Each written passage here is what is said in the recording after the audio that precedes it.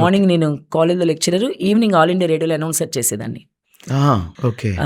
కొంచెం husky voice ఉంటుంది. So husky voice మన ఎఫ్ఎం రేడియోలో యూజ్ అవుతుంది అనమాట.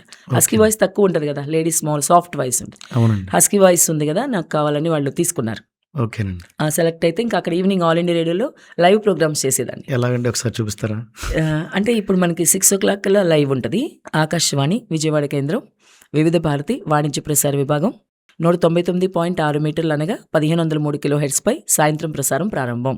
వాతావరణ వివరాలు వింటారు. స్టార్టింగ్ విశాఖపట్నం తుఫాను హెచ్చరిక కేంద్రం వారు అందజేసే సమాచారం ప్రకారం రానున్న 24 గంటల్లో కోస్తా ఆంధ్ర తీరంలో గంటకు 50 నుంచి 60 కిలోమీటర్ల వేగంతో గాలులు వీస్తున్నాయి. కాబట్టి మత్స్యకారులు వేటకు వెళ్ళవద్దని హెచ్చరించడం జరిగింది. వాతావరణ వివరాలు విన్నారు. ఓకే. అయిపోయింది అక్కడికి. రెండిట్లో కూడా బిజీగా ఉండేదాన్ని నేను.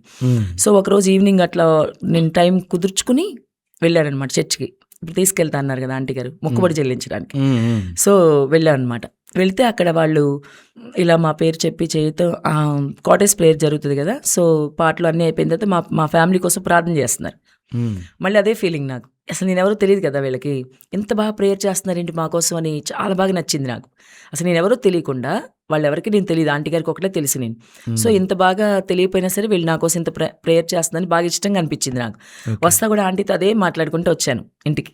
ప్రేయర్ అయిపోయాక ఇలా జరిగింది ఆంటీ, మంచిగా ఉంది, ఇదంతా బాగుంది ఇక్కడ అని ఆవిడ నా ఇష్టం గమనించిన తర్వాత ఆదివారం రమ్మని అడగడం మొదలుపెట్టింది. ఓకే. ఇప్పుడు మొక్కుబడి కోసం కదా వెళ్ళింది, మామూలుగా వెళ్ళేవాళ్ళం కాదుగా. అయితే నేను ఆదివారం మాత్రం రాననేదాన్ని.